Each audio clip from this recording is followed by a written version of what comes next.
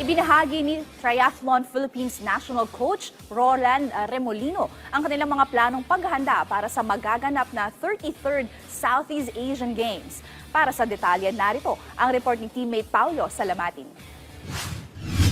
Manatiling aktibo at focused, ito ang ipatutupad ni Triathlon Philippines veteran coach Roland Remolino para sa mga atletang naghahanda para sa pagsapit ng inaabangang 33rd Southeast Asian Games ngayong Disyembre sa Bangkok, Thailand.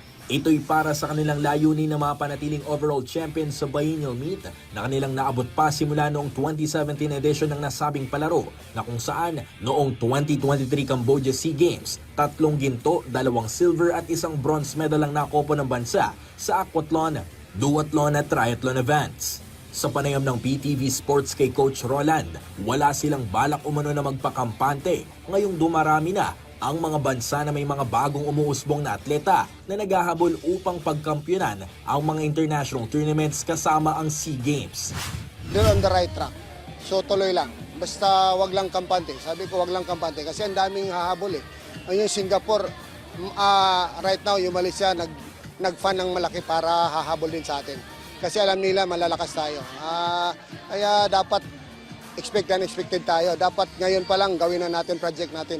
Huwag na natin paabutin by December pa. Ngayon, tatrabaho na tayo ng gusto. Pero sa kabila nito, ibinahagi rin ni Coach Roland ang kulay ng medalya na siguradong masusungkit ng mga national athletes para sa bansa.